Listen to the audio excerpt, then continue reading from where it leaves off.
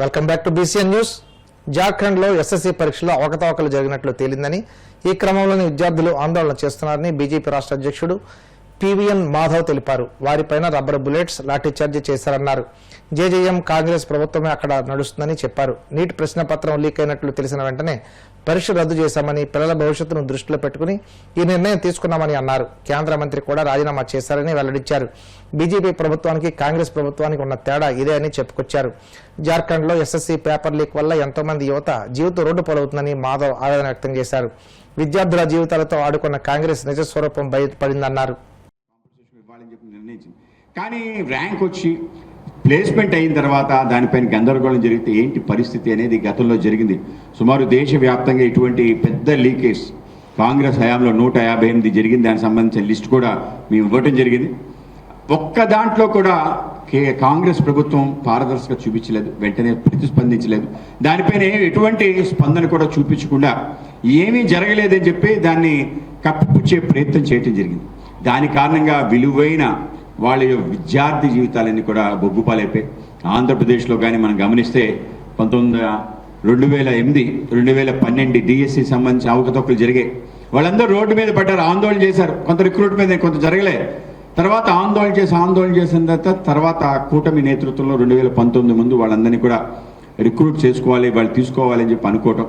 తర్వాత ప్రభుత్వం దాన్ని ఆ విధంగా ముందుకు తీసుకొచ్చింది. తర్వాత రాష్ట్ర ప్రభుత్వం దాన్ని వాళ్ళందరికీ కూడా ప్లేస్మెంట్ ఇవ్వడం జరిగింది. ఆ విధంగా 2008, 2012 డిఎస్సి సంబంధించిన విద్యార్థులు ఆ విధంగా అనేక చోట్ల చేరటం జరిగింది. అలాగే మన యొక్క రాష్ట్ర వ్యాప్తంగా జరిగిన యూనివర్సిటీ సంబంధించి ఎగ్జామినేషన్స్ ఏపీపీఎస్సీ ద్వారా జరిగిన దాంట్లో అనేక అవకతవకలు జరిగాయని కోర్టుకు వెళ్ళటం, దాన్ని రద్దు చేయటం. దాని కారణంగా యూనివర్సిటీస్లో 98 నుంచి రిక్రూట్మెంట్ లేదు. సో రిజల్ట్ వచ్చిన తర్వాత, ర్యాంక్ కార్డ్స్ వచ్చిన తర్వాత, జాబ్ వచ్చిందని తెలిసిన తర్వాత ఎప్పుడైతే క్యాన్సిల్ అవుతుందో ఆ పరిస్థితి ఏర్పడుతుంది. ఇవాళ దానికే అతిపెద్ద నిదర్శనం నిన్న జరిగిన జార్ఖండ్లో విద్యార్థులపై లాఠీ చార్జ్. విద్యార్థుల యొక్క లాఠీ చార్జ్ వెనకాల ఉండే నిజాన్ని, ఎందుకు ఈ విధంగా ఇంత పెద్ద ఎత్తున ఆందోళన చేశారు, ఎందుకు వాళ్ళపైన టీయర్ గ్యాస్ విజిల్ చేశారు, ఎందుకు రబ్బర్ బుల్లెట్స్ పేల్చారనే విషయాన్ని మనం కానీ గమనిస్తే గత 17 రోజులు బట్టి వాళ్ళు చేస్తున్న ఆందోళనకి రాష్ట్ర ప్రభుత్వం కప్పిపుచ్చే ప్రయత్నం చేస్తే ఏం జరగలేదనే ప్రయత్నం చేసింది. జార్ఖండ్లో ఏదైతే ఎస్ఎస్సి ఎగ్జామ్, అలాగే జార్ఖండ్ యూపీఎస్సీ ఎగ్జామ్ ఏవైతే 2 ఎగ్జామ్స్లో పెద్ద ఎత్తున అవకతవకలు జరిగాయని చెప్పి ఆరోపణలు వచ్చాయి. ఆరోపణలకు సంబంధించిన అనేక రకాల విషయాలు బయటపడటం జరిగింది. డబ్బులు ట్రాన్సాక్షన్ కూడా పెద్ద ఎత్తున జరిగింది అనే విషయం కూడా చెప్పడం జరిగింది. స్వయంగా అక్కడుండే జార్ఖండ్ యూపీఎస్సీ ఏదైతే ఉందో దానికి సంబంధించిన చైర్మన్ రాజీనామా చేశారు. జే ఖైనర్ ఆయన రాజీనామా చేశారు. దాంతోపాటు 3 సభ్యులు కూడా రాజీనామా చేశారు. మరింత గందరగోళం కలిగింది. ఒక దానిపైన ఈడీ కేసు అవటం జరిగింది, దర్యాప్తు ప్రారంభించారు. రాష్ట్ర ప్రభుత్వం సంబంధించి సిఐడి ఎంక్వైరీ కూడా విధించారు. కానీ విద్యార్థులందరూ కూడా ఆందోళన చేసేది అంటే వాళ్ళకి ఆల్రెడీ ఎగ్జామినేషన్లో పేపర్ లీక్ అయిందని చెప్పారు, కానీ పేపర్ లీక్ కాలేదన్నారు.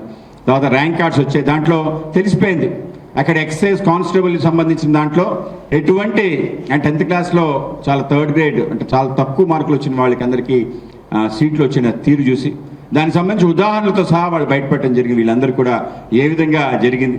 దాని తర్వాత ఆ యొక్క పేపర్ లీక్లో పాల్గొనే వ్యక్తి కూడా వాంగ్మూలం ఇవ్వడం జరిగింది. అవును, నేను డబ్బులకి ఇచ్చాను, నేను పేపర్లు అమ్మాను అని చెప్పి చెప్పడం జరిగింది. అక్కడ ఆన్లైన్లో కాకుండా మామూలు పేపర్ విధానం పాత పద్ధతిలో జరుగుతుంది. ఇవన్నీ జరిగిన తర్వాత విద్యార్థులందరూ కూడా అడుగుతున్న డిమాండ్స్ ఏవైతే ఉన్నాయో ఒక్క డిమాండ్ కూడా వాళ్ళు నెరవేర్చకుండా, అతి ముఖ్యమైన డిమాండ్ సిబిఐ ఎంక్వైరీ జరగాలి.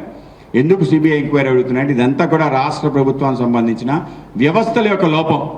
పెద్ద ఎత్తున ఉదాహరణతో సహా చెప్తున్నారు, అయినా కూడా దాన్ని వినని పరిస్థితి ఏర్పడింది. దానికోసమే వాళ్ళు పెద్ద ఎత్తున అన్ని రకాల సంఘాలు కూడా అక్కడ కలవడం జరిగింది. ముఖ్యంగా జేఎంఎం అనేది ఏదైతే ఉందో ఇవాళ జేఎంఎం కాంగ్రెస్ ప్రభుత్వం అక్కడ నడుస్తుంది. జార్ఖండ్ ముఖ్య మోర్చా కూడా స్టూడెంట్స్ మూవ్మెంట్తోనే వచ్చింది.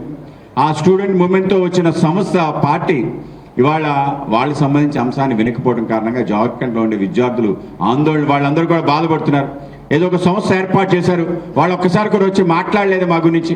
కాంగ్రెస్ పార్టీ కేంద్రానికి సంబంధించి అనేక రకాల విషయాలు పార్లమెంట్లో మాట్లాడుతున్నారు. వాళ్ళకి సంబంధించి ఒక ప్రతి రాహుల్ గాంధీ గారు వచ్చి ఒకసారి వినండి అని చెప్పి.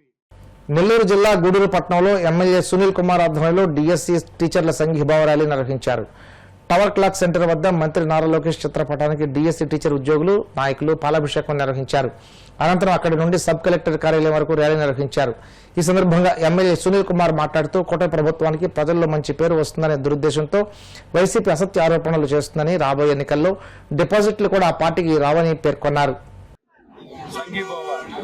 యాత్ర మా టీచర్లకి ఇక్కడ తెలుగుదేశం పార్టీ, జనసేన, బీజేపీ నాయకులందరూ కలిసి కూడా వాళ్ళకి సంఘీభావ యాత్రని ఈరోజు చేశాం.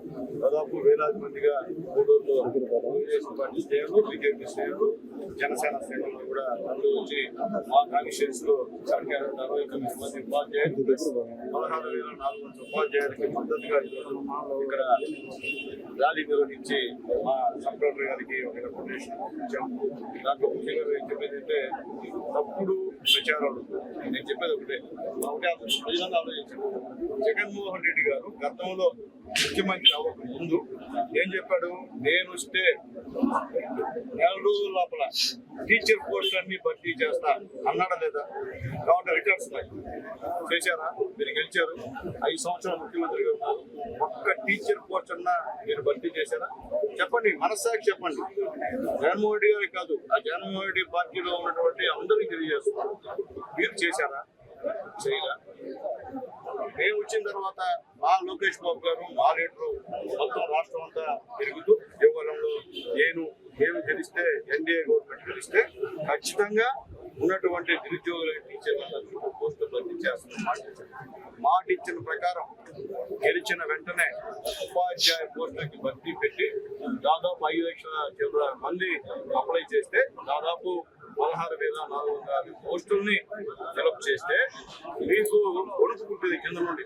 వరే చెప్పింది చేశారు ఎన్డీఏ గవర్నమెంట్. లోకేష్ బాబు గారికి మంచి పేరు వచ్చేస్తాము, ఉదాహరణ ఎన్డీఏ అయిపోతాము అనేటువంటి మాటలు ఏం చేయాలో మీకు అర్థం కాక సంవత్సరం రోజులు తర్వాత అంటే ఇంట్లో మనకి దొంగలు ఎవరన్నా దొంగ తెచ్చుకోకపోతే 6 నెలలకి మనకట్టు ఈ రోజు వచ్చి మీరు అక్కడ మొరగడం అనేది మంచి పద్ధతి కాదని చెప్పి నేను మళ్ళీ తెలియజేస్తున్నా.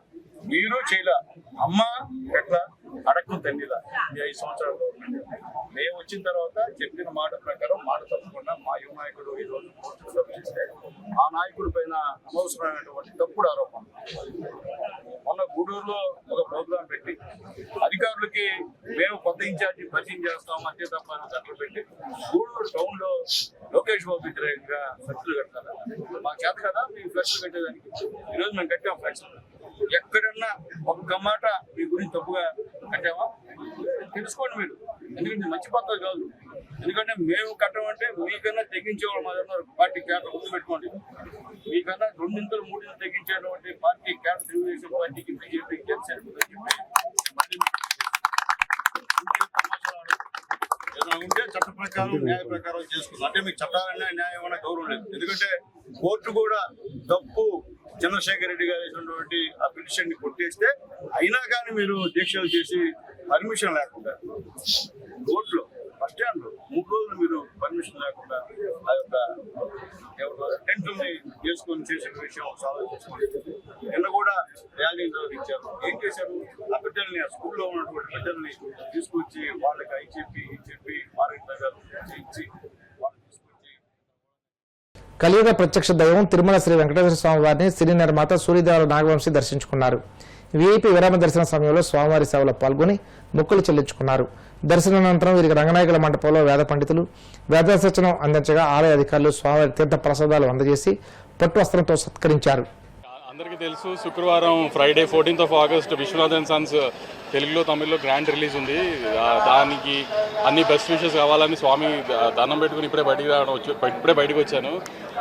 మంచి ఫ్యామిలీ సినిమా, అంత మీ మదర్తో, మీ వైఫ్తో, వీళ్ళందరితో వెళ్ళి ఎంజాయ్ చేసే మంచి ఫ్యామిలీ సినిమా తీసామని చాలా కాన్ఫిడెంట్గా ఉన్నాము. బయటకు వచ్చేప్పుడు ఖచ్చితంగా ఒక మంచి సినిమా చూసామని ఫీలింగ్ మీకు వస్తుంది. తప్పకుండా అందరూ వెళ్ళి ఫ్రైడే సూర్య గారి విశ్వనాథన్ సన్స్ చూసి ఆదరిస్తారని నమ్ముతున్నాను. వార్తలు ముగించే ముందు ముఖ్యాంశాలు మరోసారి.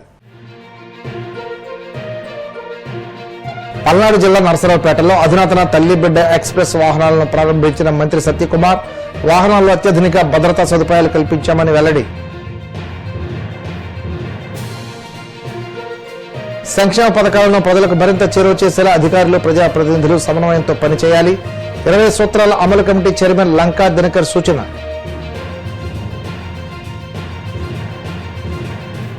రాష్ట్రంలో పారిశ్రామికవేత్తలపై బెదిరింపులు, దాడులు, దౌర్జన్యాలు నిత్యకృత్యంగా మారాయి. విమర్శలు గుప్పించిన వైసీపీ అధికార ప్రతినిధి వీరశేఖర్ రెడ్డి. తిరుమల శ్రీవారిని దర్శించుకున్న సినీ నిర్మాత నాగవంశీ ఆలయ మర్యాదలతో స్వాగతం పలికిన అధికారులు. ఈ వార్తలు ఇంతటితో సమాప్తం. మరిన్ని వార్తల కోసం BCN digital YouTube channel, Facebook page follow అవ్వండి. అప్డేట్ వార్తల కోసం ప్లీజ్ సబ్స్క్రైబ్.